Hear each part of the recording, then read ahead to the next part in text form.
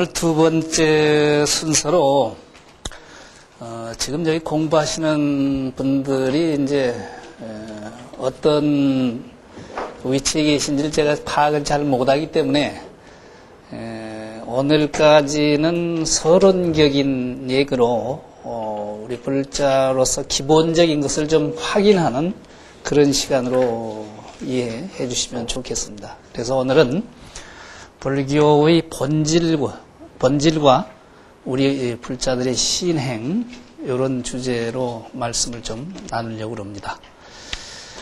지난 시간에 이제 현대 사회에서 불교 혹은 선이 어떤 의미를 가지는가 하는 말씀을 드리면서 이미 그 불교의 본질 일부를 말씀을 드렸습니다만은 오늘도 그 서두의 말씀은 불교의 본질을 한 번 더 확인을 하고 그런 뒤에 이제 우리 불자들이 신행은 과연 어떻게 해가는 구조인가 하는 것을 살펴보려고 그러는데 지난주에 우리가 이제 같이 공부했듯이 불교가 도대체 뭐냐 하고 물었을 때 제일 쉽게 답변할 수 있는 답변이 부처불 가르칠 교.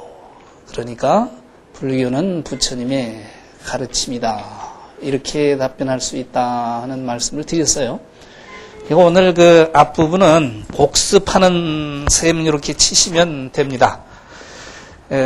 불교가 뭐냐 했을 때 부처불 가르칠 교. 그러니까 첫째로 불교는 부처님의 가르침. 이 경우 부처님은 이제 서가모니 부처님이겠죠. 2600년 전에 인도에서 깨치셨던 그 부처님의 가르침이 불교다. 이렇게 답변할 수 있고 제일 간명한 답변일 겁니다. 그러나 이런 답변은 그렇게 만족스러운 답변은 못 돼요. 왜 그러냐 하면 불교의 본질을 잘 드러내는 그런 답변은 못 되기 때문에 따라서 불교의 본질을 좀 드러내는 그런 답변을 시도해 본다면 이 부처불자는 깨달았다 그런 뜻을 가지고 있죠. 인도 말로 붓이란 말이니까. 그래서 한자로 옮기면 여기 깨달을 깍자하고 같이 통하거든요. 그래서 불교 그 소리는 각교 이렇게 바꿔 놓을 수가 있고 그렇게 바꿔 놓으면 불교는 바로 깨침의 길, 깨침의 가르침 혹은 깨침의 종교가 불교다. 그래 깨침을 기본으로 해서 불교를 정의하고 있는 그런 셈입니다. 실제로 깨침이야말로 불교의 모든 것이다. 이렇게 말씀드릴 수가 있습니다. 그러니까 불교라는 건물이 이 깨침 위에 세워져 있는 그런 모습이다. 이렇게 볼 수 있고 깨침이야말로 불교의 시작이고 끝이다. 실제 2600년 전에 저 인도의 부다가야의 보리수알에서 새벽별을 보고 큰 깨침을 얻은 그 깨침의 순간 아니 고타마 시달타라는 자연인이 고타마 부처님 되신 그런 순간이 요 새벽별을 보고 얻은 큰 깨침이시거든요. 따라서 요 깨침이야말로 서가모니 부처님 전생의 정점이 되는 그런 순간일 뿐만 아니라 불교가 시작된 연원점이다. 이렇게 볼 수가 있습니다. 실제로 오늘날 불교라는 이름으로 볼 수 있는 모든 것들은 예외 없이 전부 요 깨친 내용을 우리한테 설해주기 위해서 동원된 그런 체계들일 뿐이다. 경전도 이게 이제 뭐겠습니까? 바로 서가모니 부처님께서 깨친 진리를 우리한테 45년 동안을 쭉 설해주셨고 그 설해준 것이 이제 뒤에 어느 문자로 표현돼서 84,000 법문으로 지금 남아있는 그게 경전이지 않습니까? 따라서 이 경전도 깨친 그 바탕으로부터 흘러나온 것이다. 이렇게 볼 수 있고요. 뿐만 아니라 불교라는 이름으로 볼 수 있는 가시적인 모든 것은 그 연원을 추적해 보면 전부 이 깨침으로 흘러나온 물결이다. 이렇게 보시면 뭐 틀림이 없을 겁니다. 그러면 이것들은 경전을 위시해서 불교의 가시적인 이 모든 것들은 어떤 기능과 역할을 가지는가 하면 이것 자체가 절대적인 그런 건 아니거든요. 지난 시간에도 우리가 살펴보았듯이 이것들은 우리로 하여금 서가모니 부처님께서 깨쳤던 원래의 그 깨침에 돌아가게 하는 그런 기능과 역할을 가질 뿐인 셈이죠. 따라서 우리가 경전을 가장 잘 읽는 일은 경전 그 자체에 우리 시선이 머무르기보다는 경전이 연원한 깨침의 세계까지 도달해야 경전을 제대로 읽는 것이고, 또 우리가 모신 불상이나 탱화나 이런 데 예경을 드리는 것도 역시 가장 예경을 잘하는 것은 그 깨친 세계에 눈 뜰 때 가능한 그런 구조이거든요. 아무튼 이렇게 보면 깨침이야말로 불교의 처음이고, 또 모든 사람들이 서가모니 부처님께서 깨친 것과 같은 큰 깨침에 이르려는 그런 가르침이 불교이기 때문에 불교의 끝도 역시 깨침이다. 따라서 깨침을 빼고 불교 얘기할 수가 없습니다. 그래서 불교의 본질을 우리가 지금 확인해 보기 위해서 역시 깨침으로부터 시작을 하고 있는데, 따라서 불교가 어떤 성격, 어떤 본질을 가지는가 알기 위해서는 도대체 이 깨침이라는 게 뭐냐, 또 서가모니 부처님께서는 과연 새벽 비열을 보고 무엇을 깨치셨을까? 그 서가모니 부처님께서 보리수활에서요, 새벽 비열을 보고 큰 깨침을 얻었다는 것은 그 새벽 비열과 부처님의 눈빛이 마주쳤을 때 큰 스파크가 일어난 겁니다. 대혁명이 일어난 거거든요. 그때 과연 무엇을 깨치셨을까 하는 질문은 불교 공부를 하는 데 있어서 아주 소중한 그런 질문입니다. 그래서 우리도 불교의 본질을 이해하기 위해서 무엇을 깨치셨을까 하는 질문을 해봐야 되겠는데요. 근데 역시 깨침 그 자체를 얘기할 때는 항상 어려움이 깨쳐봐야 확연히 알 수 있다. 도저히 말로나 생각으로 상상으로 헤아릴 수도 없는 그런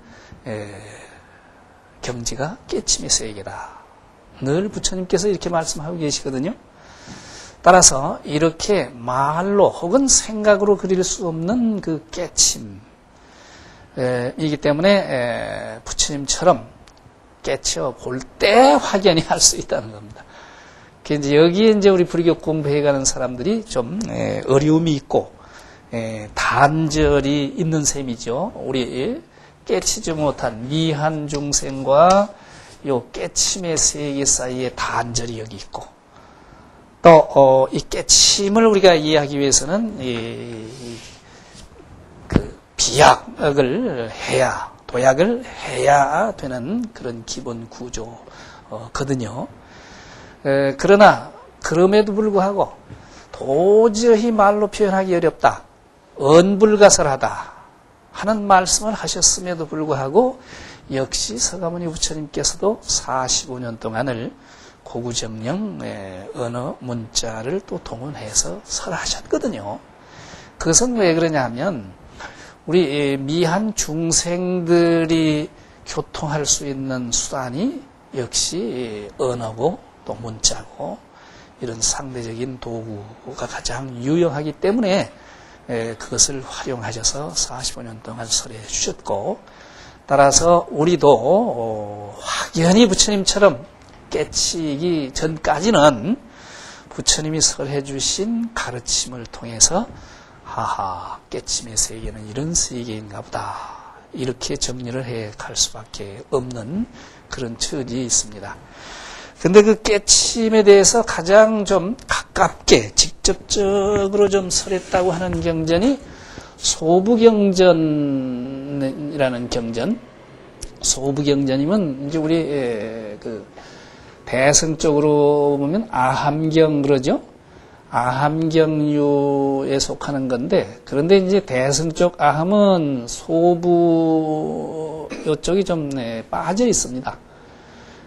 대승 쪽으로 전해진 아함경은 4가지인데, 그 남방으로 전해진 빠려로 전해진 그 아함 쪽은 5부거든요. 5번째 있는 것이 소부, 짤막짤막한 경전들이라고 해서 소부인데, 그 소부경전 웃다나라는 경에 보면, 웃다나는 자설경이란 말입니다. 스스로 설하셨다. 대개 이제 불교 경전을 보면 부처님이 스스로 그냥 가만히 그냥 대중들이 가만히 있는데 자청해서 말씀하시는 경우는 별로 없거든요. 질문을 할 때 그 질문에 대해서 답변하시는 이제 이런 구조로 되어 있는데, 근데 어떤 경우에는 대중들이 질문하기 전에 스스로 말씀하신 경전들이 들어 있습니다. 그걸 자설경이라고 합니다. 그리고 자설하신 그 소부경전에 보면 이런 말씀이 계세요. 참으로 진지하게 명상한 끝에, 사유한 끝에 일체의 존재가 밝혀졌을 때 그의 의혹은 씻은 듯이 사라졌다. 연기의 진리를 알았기 때문이다. 이런 대목이 나오는데요. 그의 의혹이 씻은 듯이 사라졌다. 그랬을 때 그의 의혹이 뭡니까? 서가모니 부처님께서 출가하실 때 가지셨던 큰 의혹. 이 문제를 풀지 않고서는 더 이상 내가 살 수 없다. 그래서 왕위도 헌신처럼 버리고 출가할 때 가지셨던 큰 의혹. 그 의혹이 뭐겠습니까? 바로 나고 죽는 생사의 문제. 그 생사에 대한 큰 의혹을 가지고 출가하셔서 6년 동안 수행하셨는데, 이 의혹이 그냥 완전히 풀어졌다, 씻은 듯이 해결됐다, 그 얘기거든요. 그 얘기는 생사의 문제가 완전히 풀어졌다는 얘기는 깨쳤다, 그 얘기예요. 생사로부터 벗어났다, 생사의 매듭이 풀렸다, 이런 말씀이기 때문에, 그러면 어떨 때 그의 의혹이, 생사의 의혹이 말끔히 사라졌는가 하면 일체의 존재가 밝혀졌을 때 그랬죠. 따라서 그 얘기는 부처님께서 깨친 것이야말로 일체의 존재의 모습을 깨친 것이다. 그래서 깨친 내용을 가장 쉽게 어려운 불교 용어를 쓰지 않고 일상적인 말로 표현해보면 존재하는 모든 것이 어떻게 있는지 하는 존재의 실상을 깨쳤다. 실상이 이제 참 모습이고 실다운 모습이지 않습니까? 그러니까 이 세상에 있는 모든 것들이 과연 어떻게 있는가? 그 존재의 참모습을 깨쳤다. 이렇게 정리하면 가장 이제 간명하게 정리가 되는 겁니다. 이 존재의 참모습을 불교가 오늘날까지 2600여 년을 지나오면서 쭉 발달해 오지 않습니까? 근데 불교가 발달해 가면서 이 존재의 실상을 각기 달리 표현하고 달리 연역 설명해온 과정이 불교 역사다. 이렇게 보시면 틀림없습니다. 그런데 이제 그간의 불교 역사를 보면 이제 근본 불교가 초기에 있었고 그 뒤에 이제 소승을 거쳐서 대승 불교가 발달하고 또 이제 우리가 공부하려고 하는 선불교까지 이렇게 크게 보면 한 3단계를 지나면서 불교가 발달해 왔다. 이렇게 볼 수 있는데 그 3단계마다 이 존재의 실상을 각기 달리 표현하고 있는 것이다. 근본 불교에서는 이것을 연기 혹은 연기진리, 연기설로 설명을 했고 대승 불교의 초기에 와서는 공사상으로 설명을 했고 또 불성이라는 과정을 거쳐서 선불교 쪽에 오면 마음 짜리로 설명을 하고 있거든요. 그런데 이게 각기 다른 것처럼 보이지만 이게 다르지 않습니다. 이게 다르면 불교하고 달라져 버리는 거예요. 연기라고 하든 공이라고 하든 마음이라고 하든 존재의 참모습을 가리킬 뿐이다. 이렇게 정리를 해 두시면 참 좋습니다. 그러면 연기라고 하든 공이라고 하든 마음이라고 하든 존재의 참모습이 어떻다는 거냐? 즉 깨친 눈에 비친 존재의 실상이 어떻다는 거냐?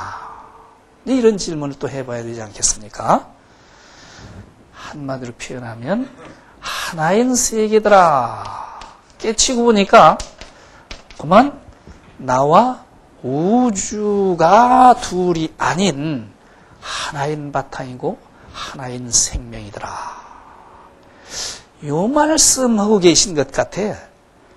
복잡하게 설명되지는 연기라고 하든 공이라고 하든 선에서 마음짜리라고 하든 핵심을 꿰뚫고 보면 적어도 제가 정리해 보기는 하나, 즉 둘이 아닌 모습 이더라. 이렇게 설하고 있는 것 같더라. 좀 그 말씀이거든요. 조금 더 구체적으로 확인을 해 보면 근본 불교에서는 연기란 말로 이제 설명을 하고 있지 않습니까? 그런데 연기설 다 공부를 하셨으리라고 믿습니다만은 이것이 있음으로 저것이 있고 이것이 생김으로 저것이 생긴다 하는 것이 연기의 공식이죠. 그것은 존재의 참모습을 시간, 공간적으로 표현하고 있는 것이다. 이것이 있음으로 저것이 있다, 있다, 없다 하는 것은 이게 공간적인 표현이지 않습니까? 또 이것이 생김으로 저것이 생긴다 할 때 생긴다, 없어진다 하는 것은 시간적인 표현이거든요. 따라서 존재의 참모습을 시간, 공간적으로 관찰하고 있는 것이 유명한 차유고 피유, 차기고 피기 하는 연기의 공식이다. 근데 그걸 풀어보면 복잡해집니다만은 간명하게 정리를 하면 이 세상에 있는 저 하늘에 있는 천체에서부터 심지어는 땅에 있는 풀 한 포기 나무 한 그루 또 티끌 하나에 이르기까지도 우리 눈에는 그게 다 개별적으로 똑똑 그냥 별도로 떨어져 있는 것처럼 이렇게만 보이는데 그게 아니라 깨치고 보니까 뗄 수 없는 관계 속에 깊은 영향을 서로 주고받으면서 더불어 있다. 요게 연기의 핵심인 것 같습니다. 그런 연기설을 이제 잘 표현하는 비유가 그물의 비유죠. 인다라망의 비유이기도 합니다만은 이 세상에 있는 모든 것들을 마치 그물처럼 이렇게 비유를 해본다면 저 하늘에 있는 천체에서부터 땅에 있는 모든 존재, 우리를 포함해서 그 모든 것들은 서로 별도로 있는 것이 아니라 그물망처럼 서로 연결돼 가지고 서로 깊은 영향을 주고 받는 과정 속에 있다. 그러니까 뗄 수 없는 그런 관계고 서로 의존 관계. 그리고 볏짚을 둘 세워놓은 비유를 하지 않습니까? 볏짚이 둘 이렇게 맞세워놨을 때 서 있듯이 하나를 치우면 하나 쓰러지듯이 이 세상에 있는 존재들이 서로 그렇게 의존 관계에서 더불어 있다는 겁니다. 더불어 있으니까 이게 전체로 보면 이게 한 덩어리예요. 그물망. 코 하나 들면 전체가 들리지 않습니까? 따라서 하나씩 그냥 개별적으로 떨어져 있는 별개의 존재가 아니더라. 이게 이제 부처님 연기설의 핵심이라고 할 수 있지 않습니까? 그러니까 의상스님 같은 분은 한 티끌 속에 우주가 들어있다. 그러죠? 일미진중 함시방 그러죠? 일미진중 이 미진이니까 하나의 아주 작은 티끌 중에서도 가장 작은 티끌 가운데 함시방이니까 시방을 포함하고 있다. 시방이란 말은 우주 그 뜻이죠. 동서남북 하면 사방이고 동남서북하면 간방까지 하면 8방이고 상하까지 합치면 10군데거든요. 그 10군데는 우주 그 소리예요. 한 작은 티끌 속에 우주가 함장되어 있다. 그 얘기는 요 백목 속에도 우주가 들어있다. 왜냐하면 백목과 우주에 있는 모든 존재가 연기하고 있기 때문에 그렇거든요. 근데 우리는 그렇게 보이질 않는다는 말이죠. 그 한 덩어리로 이게 더불어 있는 한 덩어리로 보이는 게 아니라 제각각으로 보여요. 아무튼 연기라는 말을 통해서 확인할 수 있는 것도 이게 하나인 생명이다, 한 덩어리다 이 얘기거든요. 그러니까 이런 연기의 진리는 의상 스님 같은 이런 표현은 참 깨치지 않은 안목이며 이런 소리 나올 수가 없습니다. 근데 시인들이 가끔 그런 시적인 영감 속에서 연기의 진리를 부분적으로나마 표현하는 경우가 상당히 있는 것 같습니다. 우리 한국의 시인들 중에서는 미당 서정주 선생님 대표적인 시가 뭐죠? 국화 옆에서인가요? 앞에서인가요? 옆에서인지 앞에서인지 저는 자꾸 혼동돼요. 국화 옆에서 한 송이 국화꽃을 피우기 위해 봄부터 서쪽새는 저리도 울었나 보다. 이게 말이죠. 우리 생각으로는 한 송이 국화꽃 피는 것하고 소쩍새하고 무슨 상관이 있어요? 더군다나 국화는 가을에 피지 않습니까? 근데 그 가을에 피는 한 송이 국화꽃을 피우기 위해서 소쩍새가 봄부터 울었다고 그런단 말이죠. 이게 우리 생각으로는 이게 황당한, 논리적으로 안 맞는 거예요. 그러나 연기의 진리에서 보면 이게 시간적으로도 봄과 가을이 연기하고 통해 있지 이게 별도로 있는 것이 아니고 소쩍새 울음과 한 송이 국화꽃과가 무관한 게 아니라 말이죠. 소쩍새 울음 속에 한 송이 국화꽃이 들어있고 한 송이 국화꽃 속에 소쩍새 울음이 들어있는 이런 실상을 읊고 있는 그런 시라고 저는 생각을 합니다. 미당 선생님이 불교 전공하신 분이잖아요. 옛날 해화전문 나오신 분이니까. 그러니까 이런 시가 나오고 저런 시가 생명이 있는 것은 존재의 실상을 가리키기 때문에 생명이 있지 않는가. 저는 그렇게 생각을 합니다만은 아무튼 연기라고 해도 존재의 참모습을 가리키는데 그 존재의 참모습은 더불어 있는 하나인 생명 이럴 뿐이다. 또 이게 이제 대승불교에 와서는 대승 초기에 제일 먼저 발달되고 대승의 사상적인 기초가 되는 것이 공사상이지요. 반야 공사상. 우리 한국에 유행되는 금강경, 반야 심경의 사상적 바탕이 바로 공사상이지 않습니까?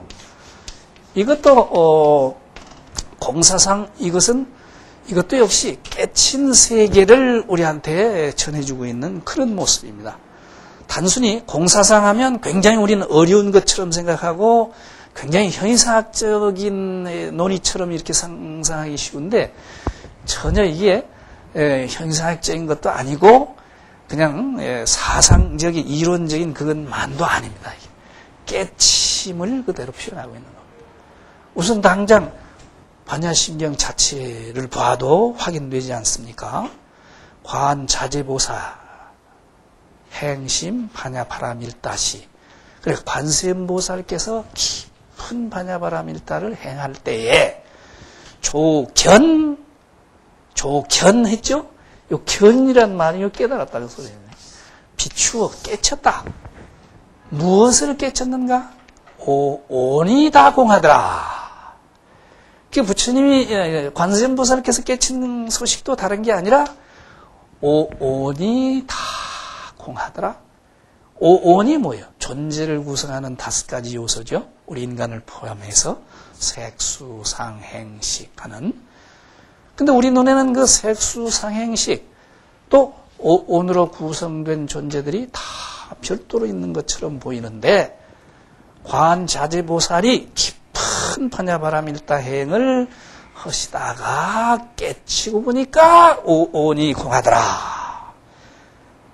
그 깨친 소식이 공이란 말은 그 깨치고 나니까 어떻게 해서 그게 이제 체험이니까 깨치고 나면 뭐가 좀 달라져야 되잖아요. 사람이 달라져야 되거든요. 조견 오온 하니까 어떻게 되냐면 도 일체고에 일체의 괴로움으로부터 벗어났다. 그게 이게 확실히 깨친 체험을 얘기하는 겁니다. 단순히 그냥 형이사학적인 이론 틀을 얘기하는 것이 아니라 아무튼 깨치고 보니까 모든 것이 공하더라. 그 얘기인데 그 깨친 공소식을 조금 부연 설명하는 것이 유명한 색즉시공 또 공즉시색하는 그 색즉시공이죠. 이걸 통해서 보면 깨친 내용을 우리가 확연히 알 수가 있어요. 색이 깨치고 보니까 곧 공이더라. 그 얘기거든요. 그 색은 이게 뭡니까? 물질이죠. 우리 눈에 보이는 형체 있는 모든 것. 이게 다 색이거든요. 그러니까 저 산도 색이고 물도 색이고 사람도 색이고 여기 연등이 아름답습니다만 이 연등도 색이고 이게 우리 눈에 다 각기 보이는 형상들이고 따라서 이걸 색이라고 한다는 말이죠. 그러니까 세계는 이게 차별세계예요. 세계로 보면 산과 물과 사람과 연등이 각각이지 하나로 보이질 않거든요. 그런데 깨치고 보니까 색이 곧 공이더라. 이 깨친 소식인데 그 얘기는 뭐예요? 산이 그대로 공이다. 산이 색이니까 색이 곧 공이다. 그 얘기니까 산이 곧 공이고 물이 곧 공이다. 사람도 곧 공이다. 연등도 공이다. 그럼 이 공자리에서는 이게 차별이 아니라 이게 차별색이라면 대평등의 색. 하나로 보이는 그런 색이란 말이죠.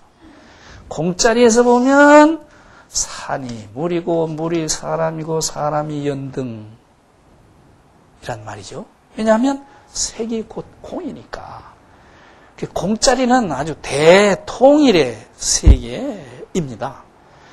공자리에서 보면 이게 김서방이 마시고 이서방이 취했는데 우리가 이 공자리 김서방이 이서방이 한바탕이란 말이죠. 공자리에 돌아가면 그러니까 우리 상식으로는 김서방이 마시면 김서방이 취해야지 이서방이 취할 도리가 없는데 김서방이 마시고 이서방이 취하는 그 묘한 세계가 공자리의 세계란 말이에요. 역시 물론 또 이제 공이 또 그대로 색이다 해서 다시 또 산은 산이고 물은 물이고 사람은 사람이고 연등은 연등인 평등이면서도 차별이고 차별이면서도 평등한 이제 그런 경지입니다만은 아무튼 관세음보살이 깨친 세계를 분석해 보니까 여기도 역시 하나인 세계. 연기에서 우리가 살펴보았던 것하고 다르지 않습니다. 연기란 말과 공이란 말이 말만 다르지 내용인즉슨 똑같은 존재의 실상을 가리키고 그 존재의 실상은 둘이 아닌 모습이더라. 그런 차원에서 이게 같은 얘기라고 우리가 봐야 되겠죠. 또 선불교에서는 그걸 또 마음이라고 이렇게 표현을 하지 않습니까? 이것을 뭐 하나인 마음이라고도 하고 혹은 뭐 참마음이라고도 하고 우리가 공부하려는 수십 개를 쓰신 보조국사 진울은 참마음이라는 말은 즐겨 쓰셨어요. 이제 망심에 비교해서 진심 이런 표현을 많이 썼습니다만은 또 원효스님 같은 분은 일심 또 이렇게 많이 쓰셨죠.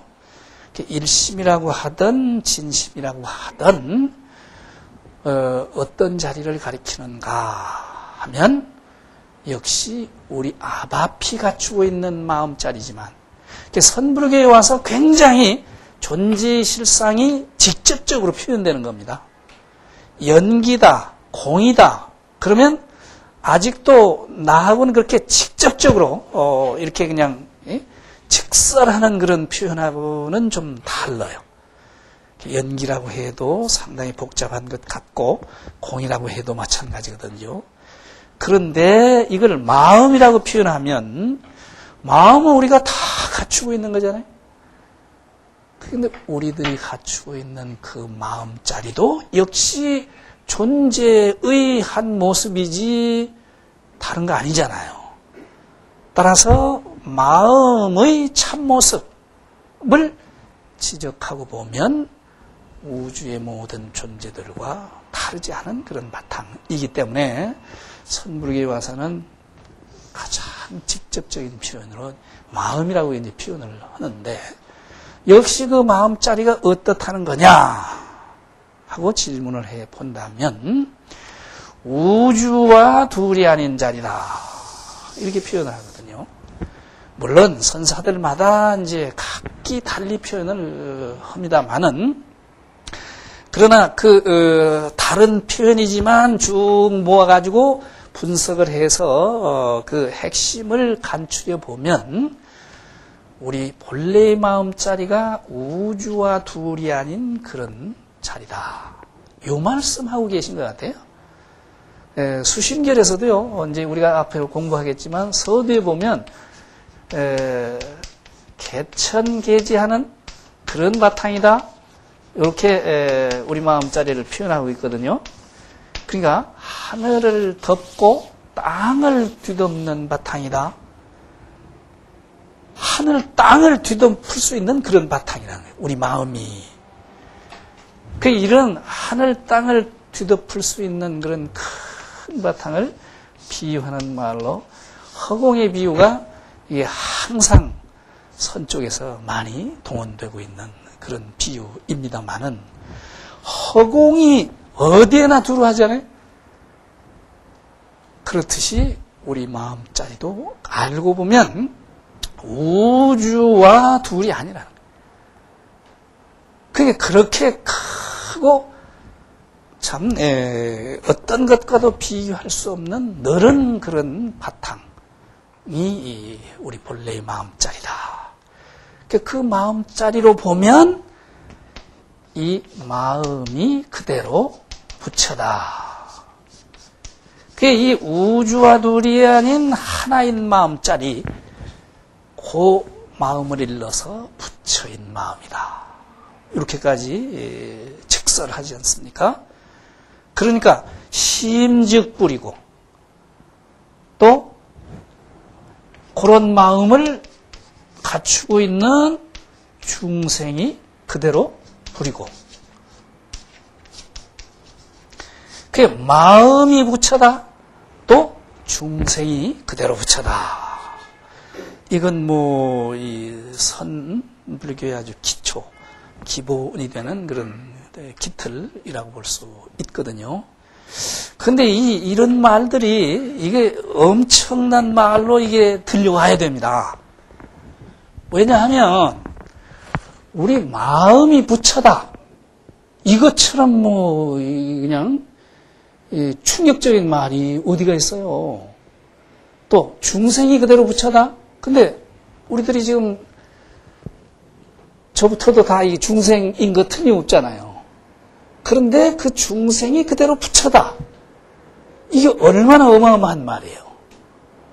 또 우리가 마음자리 다 가지고 지금 제가 이렇게 말씀드리는 것도 마음이 나타내는 작용이고 또 들으시는 것도 역시 마음으로 듣는 건데 근데 그 마음이 그대로 부처다? 이게 얼마나 이게 어마어마한 말입니까? 이건 다른 어떤 종교에서는 들어볼 수 없는 이게 아주 파격적인 혁명적인 그런 말이에요. 이게. 왜냐하면 하나인 마음자리에 눈 뜬 부처의 경지에 간 사람들이 맨 먼저 나타난 탄성이 마음이 부처구나, 중생이 부처구나, 이 소리거든요. 근데 이 소리를 우리가 너무 많이 듣고 흔하게 들어가지고 이걸 그냥 흘려버린 것 같아요. 이게 불교 공부 또 선 공부가 제대로 되려면 마음이 부처다.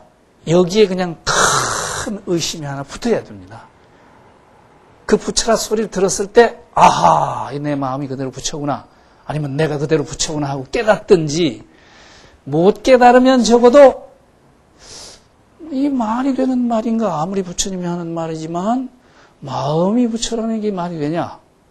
왜냐하면 내 마음자리 돌아보면 이게 매일같이 그냥 번뇌, 망상, 시기, 질투하고 온갖 참 변덕이 죽을 듯하고 하는 이걸 부처라니 이게 말이 되는가 하는 질문이, 이게 의심이 들어야 되거든요. 또 중생이 그대로 부처다 하는 얘기는 내가 그대로 부처다 그 얘기인데, 아무리 생각해봐도 24시간 내가 사는 짓을 보면 부처가 아니라 뭐 이 중생이 틀림없고, 중생 중에서도 흉악한 중생이란 말이죠. 근데 그 중생이 그대로 부처라니까 이게 말이 되나, 이런 의심을 우리가 가져야 되는데, 그런 의심도 우리는 가지지 않고 너무 쉽게 넘기는 것 같아요. 그런데 마음이 부처다, 중생이 부처다, 이 말은 굉장한 충격으로 우리가 받아들여야 될 그런 말이다. 실제 이걸 처음 듣는 사람들은 눈이 휘둥그레집니다. 제가 그런 경험을 한번 했는데요. 지난 여름에 제가 하와이를 한번 갔었어요.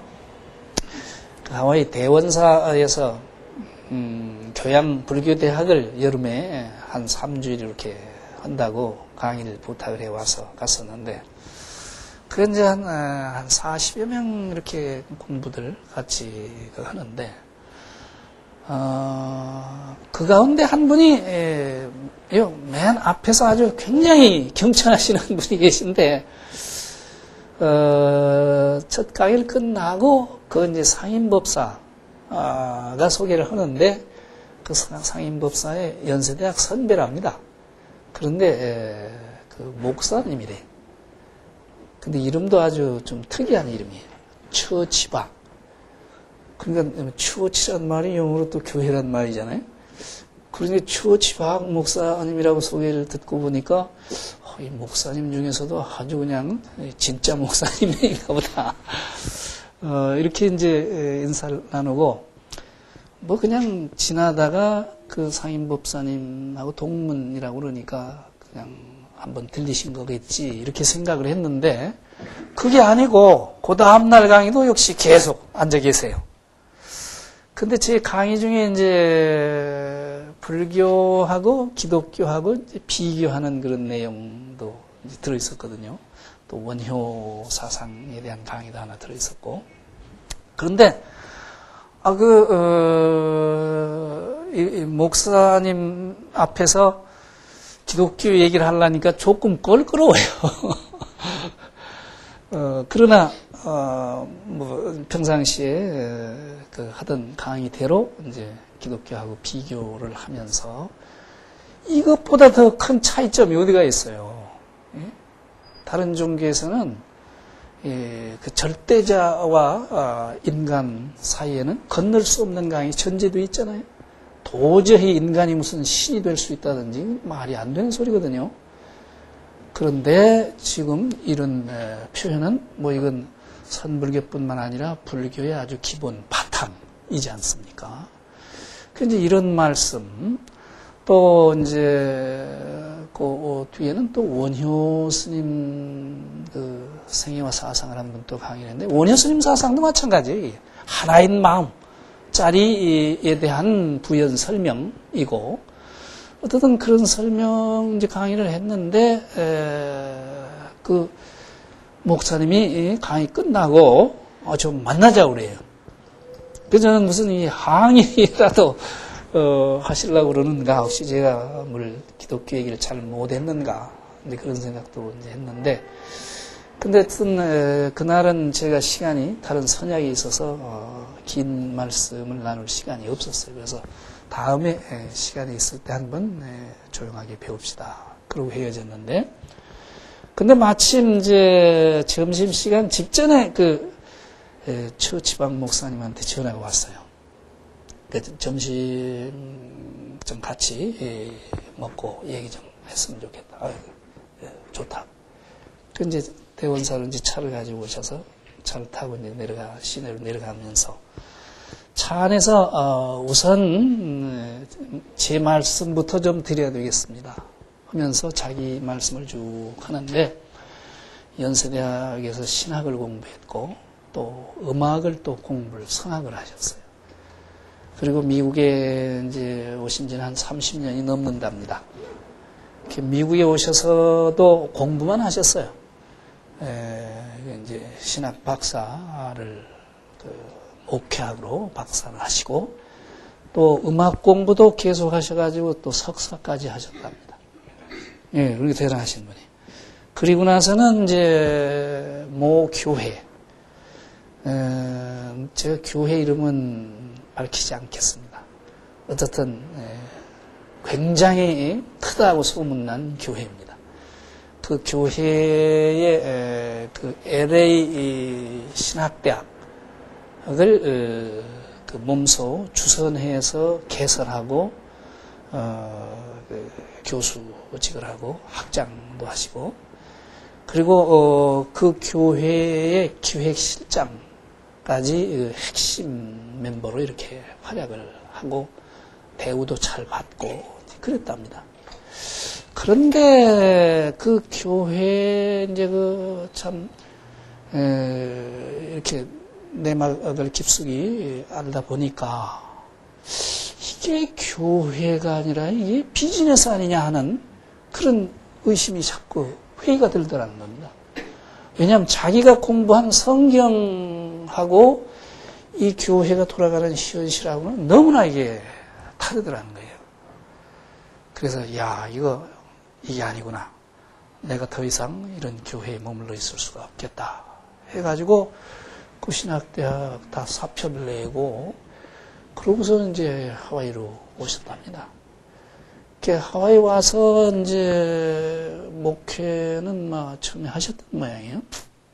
근데 나중엔 목회도 이게 못하겠더래. 그래가지고 목회도 그만두고 택시 운전을 하고 계신대요. 택시 운전을 하고 하니까 이렇게 참 마음이 편할 수가 없다고 그래요. 그 가져온 차가 택시예요. 근데 거기 택시는 좀 우리하고 다르대요. 우리는 왜 꼭대기 택시 표지가 아주 고정되어 있는데 하와이 택시들은 요 뗐다 붙였다 그러더군요. 붙이면 영업을 하고 떼서 안에 놓으면 그냥 자가용이고 일체 간섭을 안 한대요. 회사에 일정액만 매달 내면 영업을 하든 안 하든 자기 마음대로 합니다. 그렇게 이제 살고 있으면서 굉장히 회의를 하고 이제 그러고 있던 차에 이제 대원사에서 불교 강의가 있다는 광고를 보았답니다. 그래서 평생 처음 절에 누웠고 불교 강의를 처음 접하는 거예요, 그때.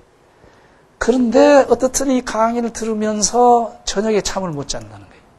가슴이 막 뛰고, 이런 세계가 있었는가.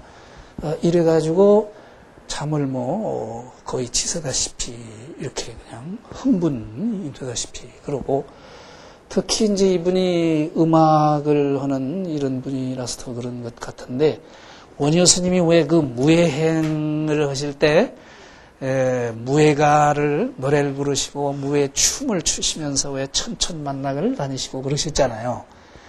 그 무예춤 같은 것도 고려시대까지는 전승이 됐었답니다. 이제 그런 이제 말씀을 강의 중에 이렇게 했더니, 그 무예춤을 이 장삼자락을 펄럭이면서 발을 두세 번 들었다 놨다 하는 그런 춤, 허리를 이렇게 곱사처럼 구부리고, 그게 다 의미가 있대요. 일체 모든 생명을 포용하는 그런 의미, 또 발을 세 번 들었다 놨다 하는 것은 색계, 욕계, 색계, 무색계 하는 3계를 초월하는 아무튼 이제 그런 그 강의 중에 그런 말씀을 드린 적이 있는데, 그날 밤은 특히 그냥 뭐 새벽 3시, 4시까지 잠을 못 자고, 그 원효 스님이 흉내를 내면서 성악을 하시는 분이니까 발성을 또 이렇게 직접 해보고 그랬답니다. 그랬더니 자기 평생 그때처럼 그 발성이 제대로 된 발성이 나온 적이 없었대요. 그러면서 그냥 환희에 차가지고 그런 얘기를 하시면서 그 점심 식사를 하시면서 한국에 가고 싶대요. 가서 불교 공부하고 싶다는 거예요.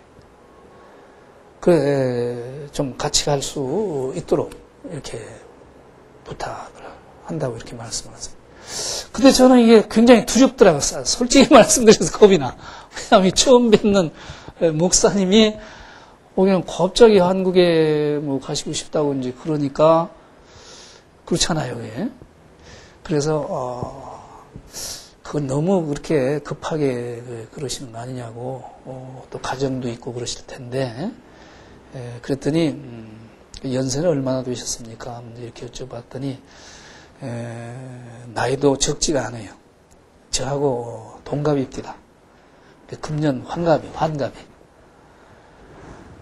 그런데 이제 그런 분이 그렇게 가족도 있을 테고 이제 어떻게 갑자기 그렇게 가실 수 있습니까? 그랬더니 가족은 애들도 다 커서 장사했고 노무님이 한 분 계시는데 LA에 계시고 하와이 혼자 있으니까 언제든지 뭐 갈 수 있다.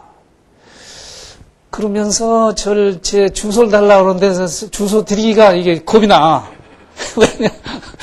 그래가지고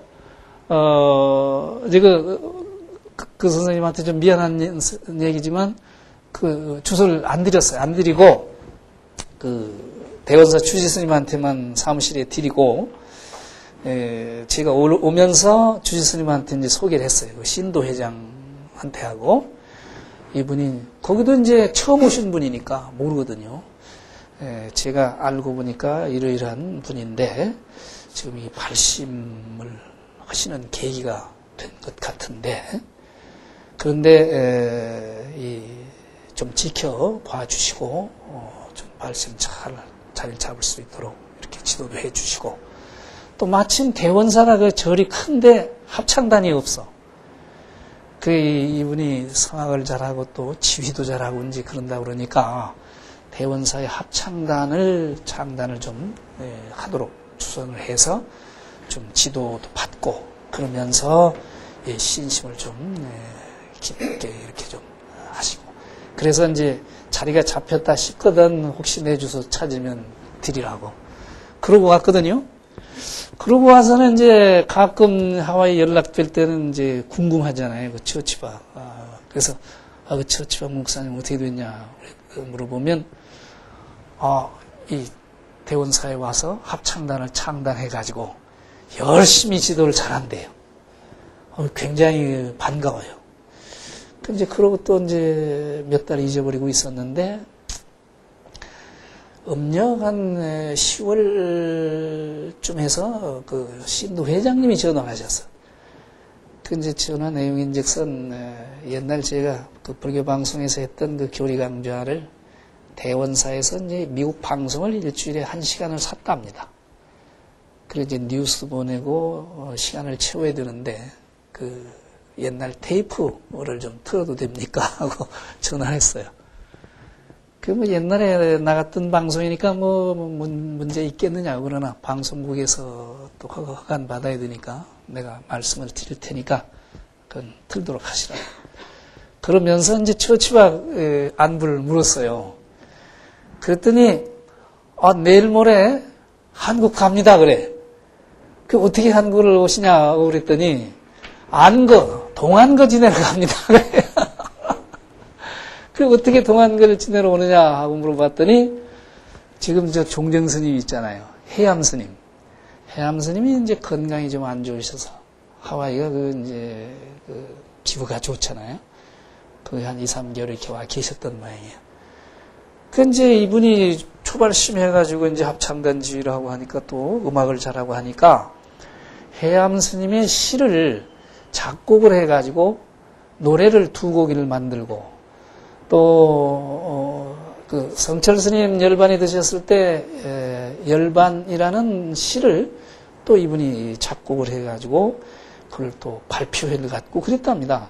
그 노래가 참 좋다고 또 이런 평도 받고 그러면서 이제 해암 스님하고 이제 인연이 되셨잖아요. 그러니까 해암 스님이 이제 귀국하시면서 동안거 때 이제 오시게 되니까 그러면 나하고 같이 가자 이렇게 되셨다는 거라. 아, 참 잘 됐구나 이제 그랬는데 그러고 며칠 있었더니 이분한테 전화가 왔어요. 그래서 그 어디냐고 그랬더니 한국에 왔답니다.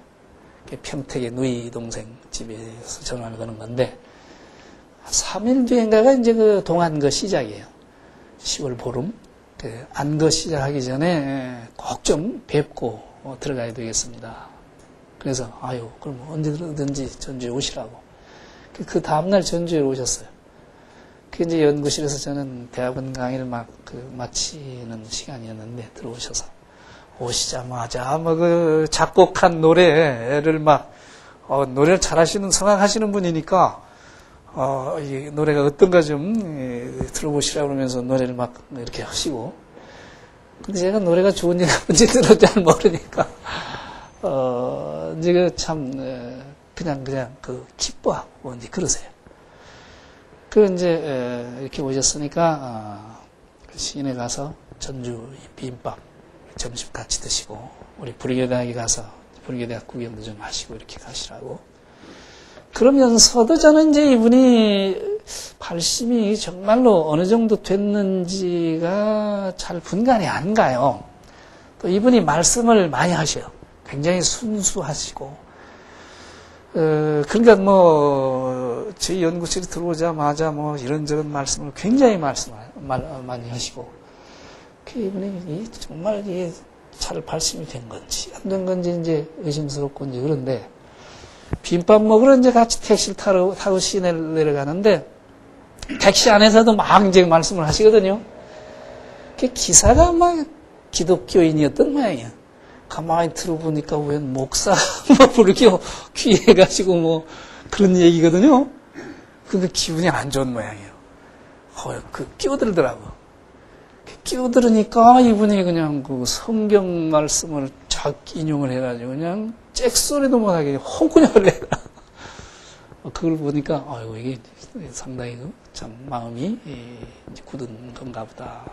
그래 점심을 먹으면서 이제 그간의 얘기도 많이 듣고 그래 이제 불교 음악을 이렇게 들어도 보고 이제 그러면서 자기가 느끼는 것은 우리 찬불가 속에 찬송가 냄새가 많이 난대요. 그래서 어차피 자기가 불교의 귀를 하고 음악을 하는 분이니까 찬불가를 좀 좋은 그런 곡들을 좀 많이 만들어 가지고 한국뿐 아니라 세계에 좀 소개하는 그런 일을 했으면 좋겠다. 그런 말씀을 하셔서 참 좋은 생각이라고 그렇게 하시도록 원을 그렇게 좀 세우시라. 그랬더니 또 머리를 깎을까요 말까요 또 그러세요. 그래서 그 부분은 이제 내일 모레 해암 스님 절에 원당함에 제가 선방이 있잖아요. 거기 이제 3개월간 이제 안거하러 가시는 거예요. 안거하기 전에 이제 수계식을 하고 안거에 들어가시도록 그렇게 되어 있다고 그래요. 출가 여부는 3개월간 이제 잘 정진을 해 보시면 스스로 판단이 될 테니까 그때 또 따라서 하시면 될 것 같다. 이렇게 말씀을 드리고. 그러나 제가 이제 느끼기에는 그분이 그게 갑자기 그런 거 아닌 것 같아요. 전생부터 불연이 깊은 그런 분인 것 같아요. 평소에 목사님이니까 술, 담배 안 하는 건 말할 것도 없지만 고기도 안 드셨대요. 생선 같은 건 좀 들었어도 고기 같은 건 어릴 때부터 원래 안 먹고 그래서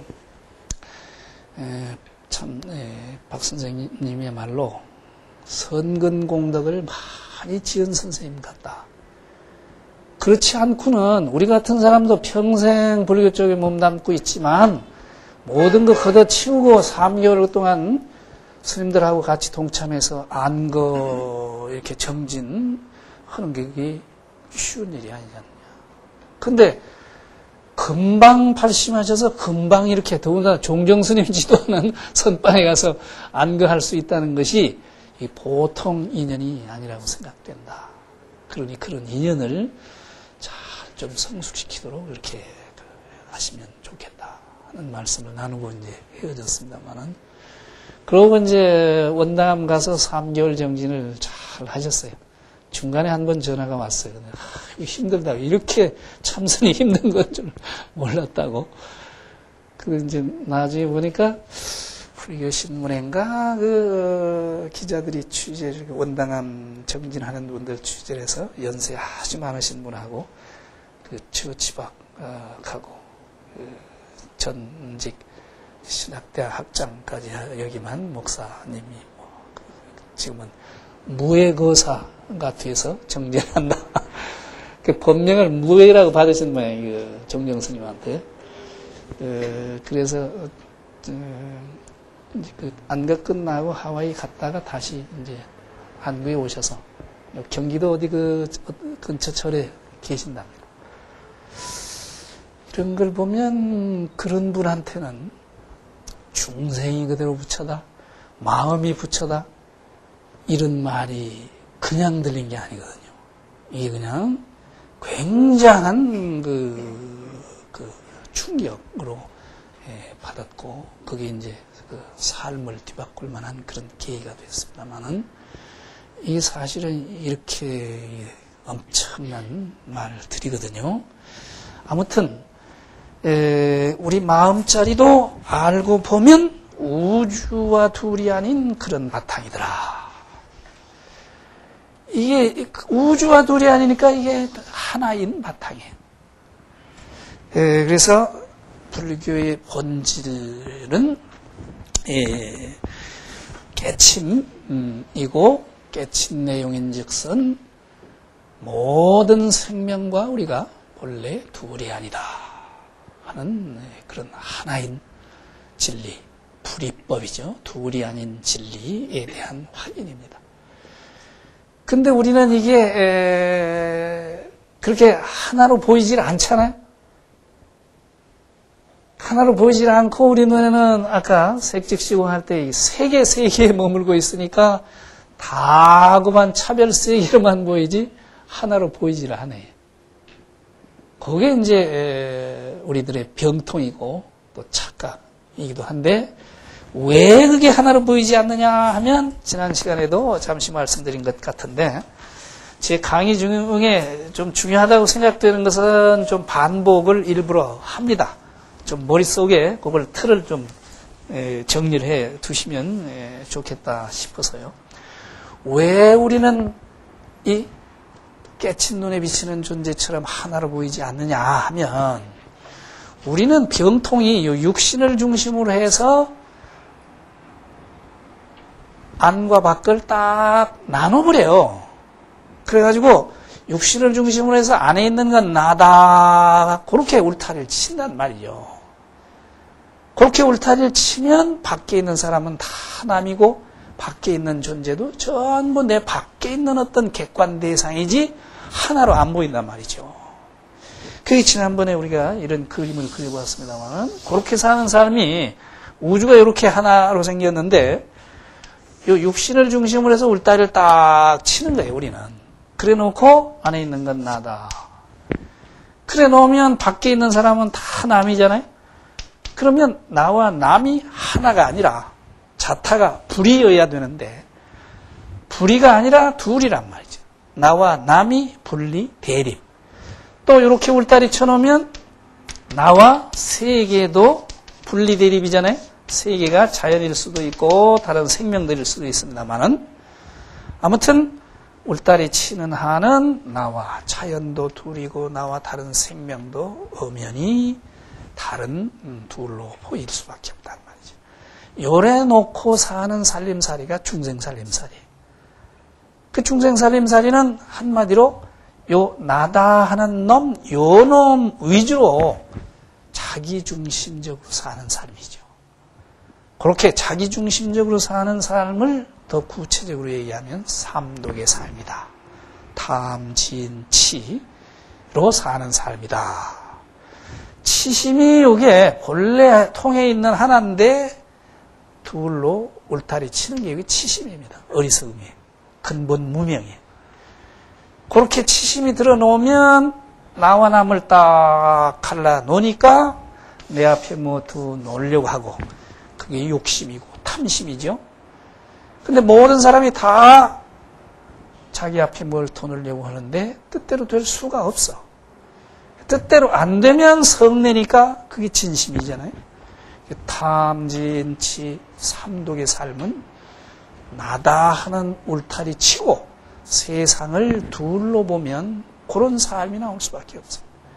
그런 삶이 자연과의 관계에서는 지난주에 우리가 살펴봤듯이 이렇게 쳐놓고 나를 위해서 자연을 함부로 또 일짓하는 생명들을 죽이고 해치는 그런 삶이기 때문에 그 결과가 자연 파괴고 생태계 파괴라는 심각한 어려움이다 하는 말씀도 드렸습니다만은 그게 이렇게 사는 삶은 세상을 둘로 보는 삶이고 그렇게 보는 삶은 이게 죽는 삶이에요. 죽는 삶. 실제 생사에 떨어진 삶이란 말이죠.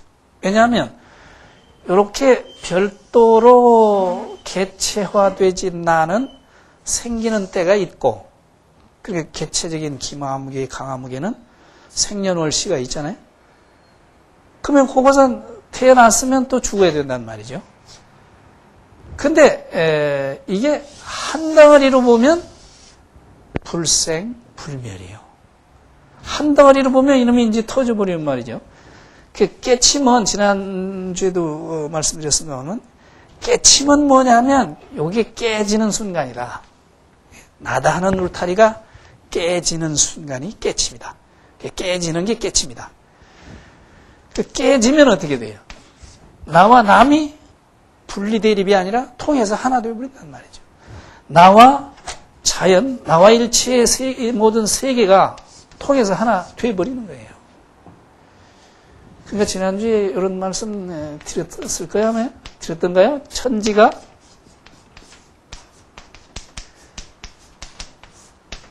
한 번 더 드렸더라도 한 번 더 같이 보시면 이게 노장에도 나오고 성조법사 아주 그냥 강조하시는 그런 말씀인데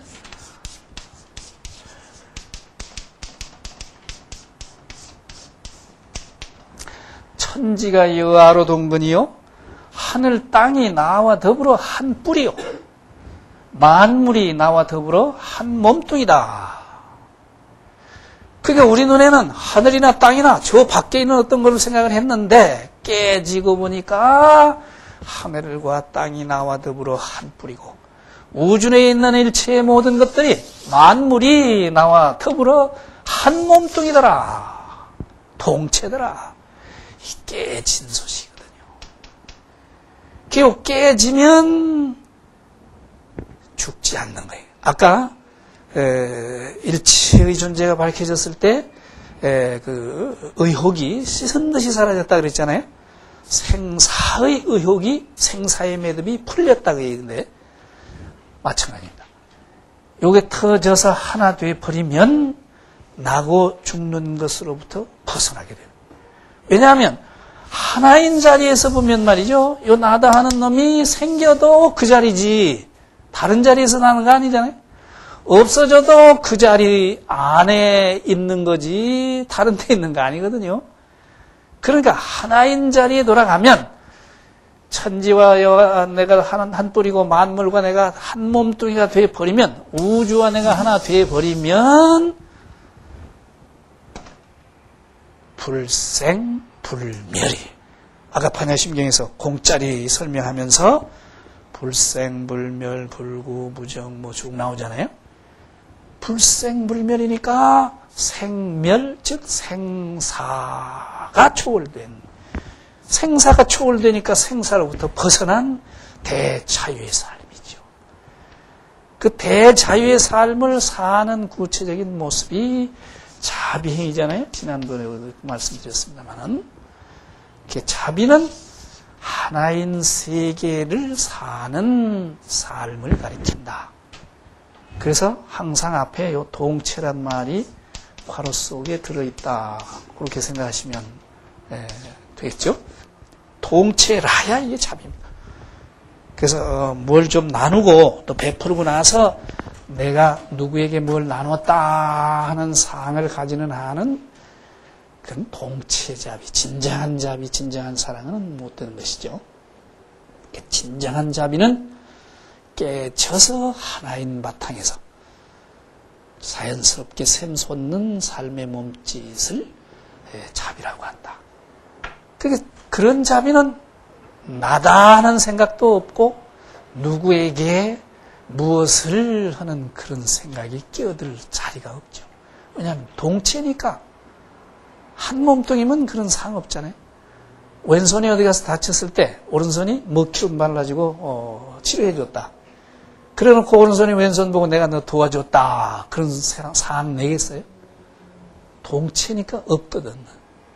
그렇듯이 하나인 자리에 돌아가면 일체의 모든 생명을 내 몸처럼 하나로 살리고 이롭게 하는 그런 삶이 창출되고 그런 삶이 동체자비 삶이고 깨지면 그런 삶이 가능하다는 거예요. 그러니까 이제 이렇게 본다면 불교의 본질은 깨침과 자비. 이걸 지혜와 자비 그렇게도 표현하죠. 깨지면 존재의 실상이 환히 보이는 거니까 그걸 지혜라고도 하고.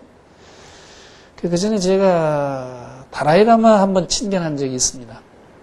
요새 다라이라마 한국에 오시는 이 못 오시는 지금 많이 많습니다만은 79년에 미국에서 한번 배웠는데요. 그때 이제 저는 마침 공부를 마치고 귀국하기 전에 좀 시간이 남아서 저 매사추세주에 가면 윗바사나 선 센터가 아주 세계적으로 유명한 센터가 있습니다. 다음 주에 그러냐도 윗바사나 선 얘기를 좀 하려고 합니다만은 거기 이제 어떻게들 하는지 좀 가서 보기도 하고 동참도 하고 그래서 거기 가서 거기는 2주일씩 프로그램이 딱딱 이렇게 끊어져 연중무휴로 계속 돌아가거든요. 제가 이제 태국에 있을 때는 이제 윗바사나 좀 스님들 수행하는 것도 보고 해서 관심이 있어서 찾아갔는데, 2주일 동안은 이제 정진을 하는데, 무건정진입니다. 무건정진을 이제 거의 2주일 마치는 때인데, 다라이라마가 미국에 1년에 한 번씩 꼭 다녀가세요.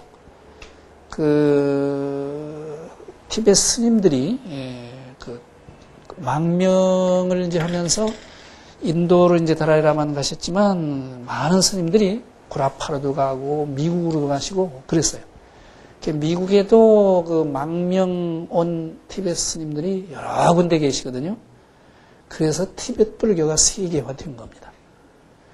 나라는 저렇게 중국에 먹혔지만 대신에 불교가 세계화된 그런 모습인데, 그래 티베트 센터 이제 티베트 스님들 티베트 불교를 격려하기 위해서 1년에 한 번씩 쭉 이렇게 오시는데, 근데 미국의 불자들이 이제 그렇게 열심히 정진한다는 소식을 듣고 격려차 이제 거기로 오셨어요. 그 이제 무건중이기 때문에 말을 못 하니까 필담으로 질문을 종이에 이렇게 써서 시간이 허락하는 한 이제 선택된 이런 질문을 이제 다라이라마한테 전해주면 다라이라마가 이제 답변하는 그런 형식이었는데, 저도 부처님의 가르침을 한마디로 핵심을 표현한다면 어떻게 하시겠습니까? 이런 질문을 하나 써냈는데 그게 마침 전달이 되었습니다. 그랬더니 그 질문 보시자마자 서슴없이 하시는 말씀이 지혜와 자비다. 근데 한마디로 얘기하라고 그랬는데 지혜와 자비, 그러니까 두 마디처럼 들릴지 모르는데 지혜와 자비는 동전의 안팎과 같고 손바닥의 앞뒤와 같이 분리할 수 없는 하나다. 그것이 바로 부처님 가르침의 핵심이다. 이렇게 그 말씀을 하셔서 아주 참 감동적인 그런 답변을 들었습니다만은, 깨침과 자비, 지혜와 자비, 이건 불교의 그 본질입니다. 요걸 빼면 불교는 쓰러질 수밖에 없는 그런 모습이거든요. 그러면 이제 불교의 본질을 이렇게 정리를 해 놓고, 불교의 신행은 과연 어떤 것이겠는가 하는 것을 남은 시간에 우리가 살펴봐야 되겠는데요. 그런데 이 신행 문제는 아까 연기, 공, 또 마음, 존재의 실상을 이렇게 설명하는 체계 중에서 세 번째 선불교 입장에서 좀 우리가 살펴보면, 우리 마음을 놓고 하니까 더 직접적이기도 하고, 또 우리가 이 선 공부하는 이런 클래스이기 때문에 그 세 번째 마음자리를 놓고 좀 살펴봤으면 합니다. 근데 불교에서는 신행 이렇게 하지 신앙 소리 별로 잘 안 쓰죠. 왜냐하면 신앙 하면 내 밖에 어디 우러를 대상이 있는 것처럼 보여진단 말이죠. 그 불교의 구조는 내 본래 마음자리 깨치자는 구조이니까, 또 마음이 부처라고 했고 중생이 그대로 부처라고 했기 때문에 우러를 신앙 대상이 내 밖에 어떤 객관 대상으로 있는 그런 구조는 아니기 때문에 신앙, 우러를 앙자 잘 안 쓰고 신행 그러거든요. 확신하고 확신한 대로 사는, 그게 이제 불자들의 신행인데, 역시 무엇을 믿고 어떻게 믿는 것이 신이냐, 또 어떻게 믿고 어떻게 사는 거냐, 그렇게 묻는다면, 특히 선불교 입장에서 그 직설한다면 마음자리를 확신하고 그대로 사는 거다, 그렇게 정리할 수 있을 것 같아요. 근데 마음자리가 어떻다는 거냐? 지금까지 우리가 살펴봤듯이 우주와 둘이 아닌 그런 큰 바탕이다, 그 말씀이라고 그랬거든요. 그러면 저도 우리 불자들의 신행이 제대로 자리를 잡기 위해서는 그 마음자리가 우주와 둘이 아닌 하나인 바탕이다 하는 확신이 서야 이게 되도록 되어 있는 겁니다. 그 확신이 서 있지 않으면 이게 아직 믿음이 확고하게 정립이 못 되어 있는 상태. 그런 상태에서는 수행을 해도 잘 안 될 겁니다. 불교의 행은 신이 바탕이 돼야, 신의 기초가 분명하게 되어져야 행이 뒤따를 수 있도록 이렇게 되어 있는 구조거든요. 그래서 먼저 과연 우리 마음자리가 우주와 둘이 아닌 그런 자리라고 했는데, 과연 그런 자리인가 하는 확인부터 우리가 해봐야 될 필요가 있습니다. 근데 이제 우리들은 역시 아까 봤듯이 우리 육신을 중심으로 해서 울타리를 치고 이렇게 비좁게 사는 입장이기 때문에 마음자리를 얘기해도 내 마음이 내 육신 속에 들어있는 어떤 것, 육신 속에 들어있는 어떤 정신작용, 의식작용, 요게 내 마음이다, 요렇게 생각하기가 쉬워요. 실제 우리가 그렇게 생각하고 사는 사람들이 아닌가 싶어요. 예? 내 마음 어디 있느냐? 내 육신 속에 들어있는 어떤 정신작용, 의식작용이 내 마음이다. 은연중 이렇게 생각을 한단 말이죠. 그렇게 생각을 하면 다른 사람 마음과 내 마음이 다 달라. 10사람 모이면 10사람 마음이 다 다르고 100사람 모이면 100사람 마음이 다 다르죠. 그게 의견 충돌이 나고 싸움이 날 수밖에 없는 거거든요. 그런데 원효 스님도 그러셨고 조사 스님들이 깨치고 보니까 우리 마음자리가 허공 같은 우주와 둘이 아닌 그런 바탕이다. 하늘 땅을 뒤덮는 바탕이다. 그 말씀이거든요. 그걸 확인만 분명히 하면 될 것 같단 말이죠. 그 확인이 확신 차원까지 야 정말 그렇구나 이렇게 가면 그 깨닫는 거예요. 깨치는 거예요. 그래서 우리가 실제 그 실험을 한번 하나인가를 해봐야 될 것 같거든요. 이 실험이 상당히 중요합니다. 잘 되면 잘못하면 깨칠 수도 있어요. 잘못하면 깨치니까. 우리는 내 마음을 내 육신 속에 들어있는 어떤 거다 이렇게 지금까지 생각을 해왔는데 그 선입견을 그 착각을 이 순간 다 내려놓자 이 말이지. 비워버리자 이 말이지. 그래 놓고 내 마음을 내 육신으로부터 한번 해방을 시켜보자 이 말이지. 마음의 문만 활짝 열면 그만 금방 해방이 되잖아요. 내 마음을 내 육신으로부터 해방시켜가지고 이 선학대학원 강의실을 두루 포용하도록 한번 확산시켜보자 이 말씀입니다. 지금 한번 해보세요. 내 마음을 육신으로부터 해방시켜가지고 이 강의실을 포용하도록 두루 감싸도록 확산을 시킨다 이 말이죠. 눈 뜨고 잘 안 되시면 눈 감으면 집중력이 좀 생기니까 좀 더 쉽습니다. 눈을 한번 감으시고 내 마음의 문을 확 열어가지고 내 마음이 이 강의실을 두루 포용하도록 확산을 시킨다는 말이죠. 금방 강의실을 포용하고 내 마음이 하나 되잖아요? 되시는가요? 내 마음이 이 강의실을 포용했을 때, 그럴 때 여기 천장에 걸린 연등이나 저 벽에 붙여 있는 저 달마상이나 또 여기 있는 시계나 또 여기 같이 공부하시는 도반들이 내 마음과 하나인 마음 속에 있습니까? 아니면 밖에 있습니까? 하나 되잖아요? 내 마음을 육신 속에 가둬놓고 보면 여기 계신 분도 전부 남이고 연등은 연등이고 시계는 시계고 달마상은 달마상이고 다 내 밖에 있는 어떤 거란 말이죠.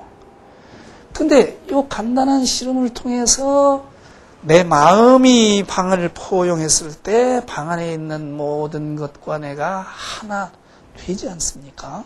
그러잖아요? 둘이 아닌 그 자리에 간단 말이죠.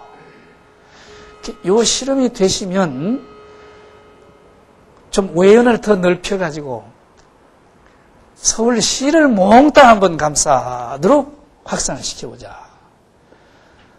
이 강의실은 좁으니까 금방이고 서울시 특별시는 이게 넓으니까 시간 더 걸린다? 그러지 않습니다. 서울특별시가 아무리 넓다 손치더라도 이 강의실 포용하는 순간하고 똑같아요. 시간 절대로 더 걸리지 않고 서울 시내에 있는 건물, 자동차, 이 1000만 인구까지 몽땅 감싸도 마음이 절대로 무겁다 하는 법도 없고 비좁다 하는 법도 없는 그런 묘한 바탕입니다. 그래서 이게 신령스러운 바탕이라고 그랬어요. 그래도 넉넉하단 말이죠.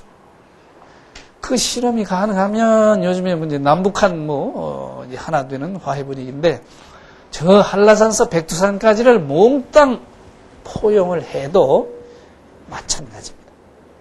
한순간이거든요.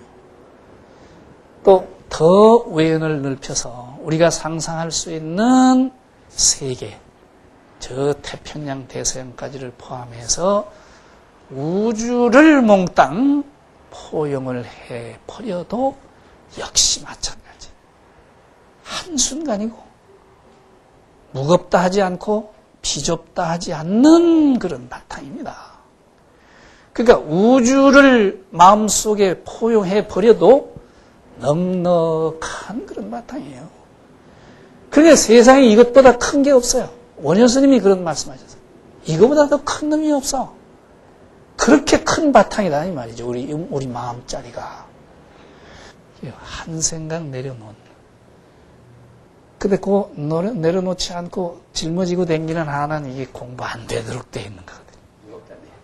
그 보따리 쌓아놓고 아무리 이먹고 해도 그게 안 되고, 나무아미탑을 아무리 찾아도 안 되게 돼 있는 거예요.